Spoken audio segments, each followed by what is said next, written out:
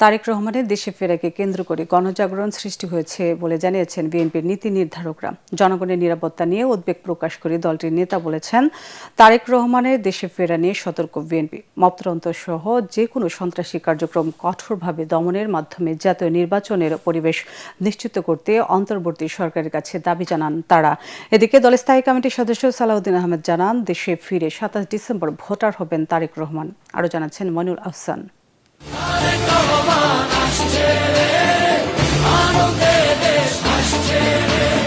দেড় যুগ পর দলের ভারপ্রাপ্ত চেয়ারম্যান তারেক রহমানের দেশে ফেরাকে কেন্দ্র করে উৎফুল্ল বিএনপি নেতাকর্মীরা এখন ২৫ ডিসেম্বরের অপেক্ষায় দিন গুনছেন। দলের শীর্ষ নেতা আগামী দিনের কাণ্ডারিকে বরণ করে নিতে চলছে নানা আয়োজন প্রস্তুতি। সব মশার বিরুদ্ধে সুরক্ষা দিতে এলো বসুন্ধরা এক্সট্রিম অ্যারোসল, মশার বিরুদ্ধে এক্সট্রিম সুরক্ষা।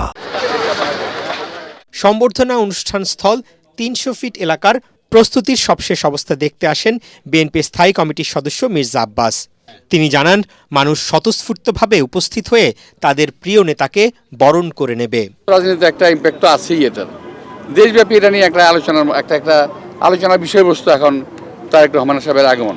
মানুষের একটা জাগরণ তো আছে, সেই জাগরণের প্রতিফলন এখানে ঘটবে, এটা আমরা আশা করি। এদিকে দেশে ফিরেই বিএনপির ভারপ্রাপ্ত চেয়ারম্যান তারেক রহমান ভোটার হওয়া সহ প্রয়োজনীয় প্রস্তুতি নেবেন বলে জানিয়েছেন দলের স্থায়ী কমিটির সদস্য সালাউদ্দিন আহমদ। নির্বাচন কমিশন ভবনে প্রধান নির্বাচন কমিশনারের সাথে বৈঠক শেষে তিনি এসব কথা জানান। শনিবার ২৭ তারিখ নির্বাচনকালীন এই সময়ে নির্বাচন কমিশনের অফিস সব খোলা থাকে। সেই দিনই এই ভোটার হওয়া, আইডি কার্ড, ভোটার আইডি বা ন্যাশনাল আইডি হওয়া সংক্রান্ত যা কিছু আছে তিনি এই ২৭ তারিখে করবেন। এর আগে জাতীয়তাবাদী মুক্তিযুদ্ধের প্রজন্মের নতুন দায়িত্ব পাওয়া নেতাদের নিয়ে দলের প্রতিষ্ঠাতা সাবেক রাষ্ট্রপতি জিয়াউর রহমানের সমাধিতে শ্রদ্ধা জানাতে আসেন বিএনপির সিনিয়র যুগ্ম মহাসচিব রুহুল কবির রিজভী। পরে সাংবাদিকদের সাথে কথা বলতে গিয়ে মব সন্ত্রাস নিয়ন্ত্রণে সরকারের ব্যর্থতায় ক্ষোভ জানান বিএনপির এই নেতা। এই যে দলবদ্ধভাবে আক্রমণ, এই যে মব, এই যে উচ্ছৃঙ্খল জনতা, তারা নানা ইস্যুতে নানা ইয়েতে তারা আক্রমণ করছে, প্রতিষ্ঠান ভাঙছে, একের পর এক যে সমস্ত কর্মগুলো হচ্ছে, এইটা গণতন্ত্রের বিরোধী কর্মকাণ্ড।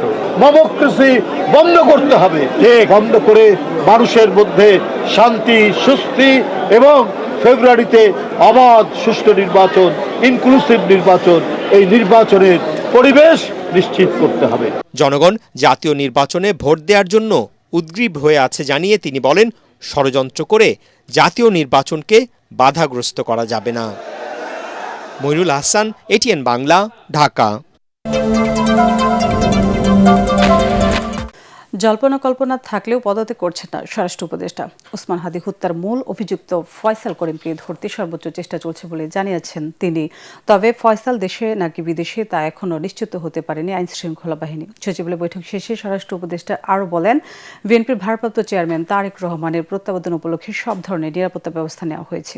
রিপোর্টে জানাচ্ছেন মাহবুব কবির চপল। ওসমান হাদী হত্যাকাণ্ডে শুটার ফয়সাল সহ জড়িতদের গ্রেফতার করতে না পারায় বিভিন্ন মহল থেকে স্বরাষ্ট্র উপদেষ্টার পদত্যাগের দাবি ওঠে। এ অবস্থায় সচিবালয়ে আইনশৃঙ্খলা সংক্রান্ত উপদেষ্টা পরিষদের বৈঠকে বসেন তিনি। পরে মুখোমুখি হন সংবাদ মাধ্যমের। পদত্যাগ করছেন কিনা এমন প্রশ্নের জবাব দেন স্বরাষ্ট্র উপদেষ্টা। শুরু থেকে এসেছিল, তারা আপনাকে একটা আলটিমেটাম দিয়েছিল, হুমকিরা মঞ্চ করেছে। গতকাল দিনভর গুঞ্জন ছিল যে স্বরাষ্ট্র উপদেষ্টা আসলে পদত্যাগ করবেন না করছেন কিনা। গুঞ্জন শুনছেন তো, গুঞ্জনটা কি?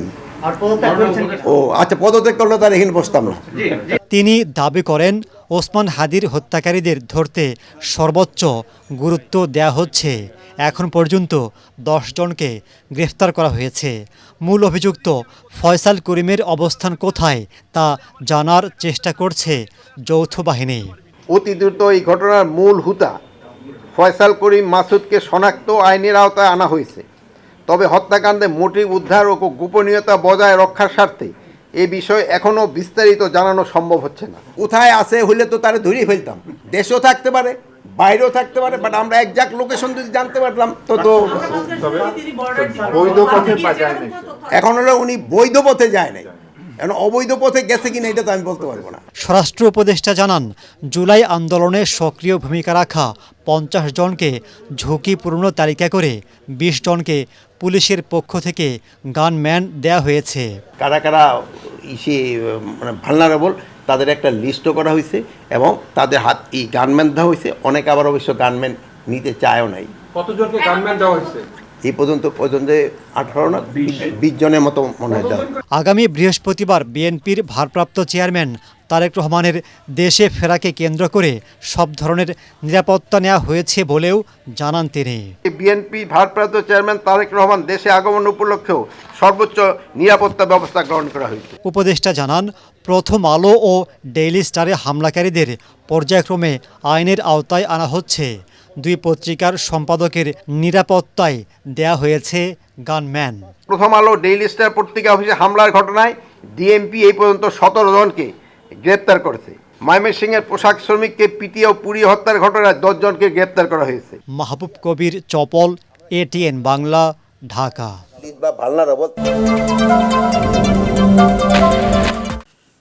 সরকার জনগণের মুক্ত ও নির্ভীক মত প্রকাশের নির্বাচন চায়, যেখানে ভয় বা বাধা থাকবে না বলে জানিয়েছেন প্রধান উপদেষ্টা ডক্টর মোহাম্মদ ইউনূস। জাতীয় সংসদের ভবনের দক্ষিণ প্লাজায় ভোটের গাড়ি সুপার কাভার ভ্যানের উদ্বোধনী অনুষ্ঠানে তিনি কথা বলেন। প্রধান উপদেষ্টা বলেন, অবাধ ও সুষ্ঠু নির্বাচন আয়োজন শুধু সরকারের নয়, জনগণেরও দায়িত্ব। গণভোট ভোট দিলে আগামী বহু বছর দেশ নিরাপদে চলবে বলেও জানান ডক্টর মোহাম্মদ ইউনূস। বিস্তারিত ইয়াসিন রানার রিপোর্ট।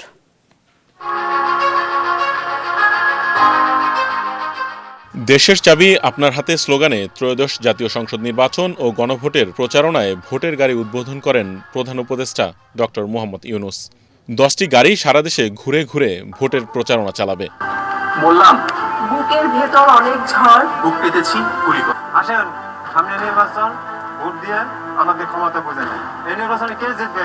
আমাদের বাংলাদেশ জিতবে। উদ্বোধনকালে ভিডিও বার্তায় প্রধান উপদেষ্টা বলেন, ভোটাধিকার কারো দয়া নয়, অধিকার। জনগণ ঠিক করবে দেশের ভবিষ্যৎ কোন পথে চলবে।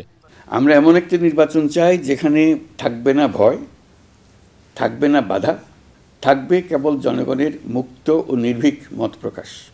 সরকার সেই পরিবেশ নিশ্চিত করতে বদ্ধপরিকর। জুলাই সনদ বাস্তবায়নে গণভোটে ভোট দেওয়ার আহ্বান জানান তিনি। এবারের নির্বাচনে আপনি আরও একটা ভোট দেবেন, জুলাই সনদের ভোট। আপনি যদি এই সনদ সমর্থন করেন তবে গণভোটে অবশ্যই ভোট দেন। চলুন আমরা সবাই মিলে এই গণতান্ত্রিক যাত্রাকে সফল করি। অনুষ্ঠান শেষে সাংবাদিকদের প্রশ্নের জবাবে উপদেষ্টা সৈয়দা রেজওয়ানা হাসান বলেন, সুষ্ঠু নির্বাচনের জন্য সকল প্রস্তুতি রয়েছে সরকারের।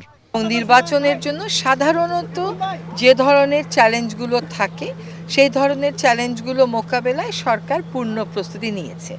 এখন দেখা যাচ্ছে যে কিছু বাড়তি চ্যালেঞ্জ আমাদের সামনে চলে আসছে, সেইগুলো মোকাবেলা করার জন্য আমাদেরকে আসলে আরও বেশি প্রস্তুতি নিতে হবে।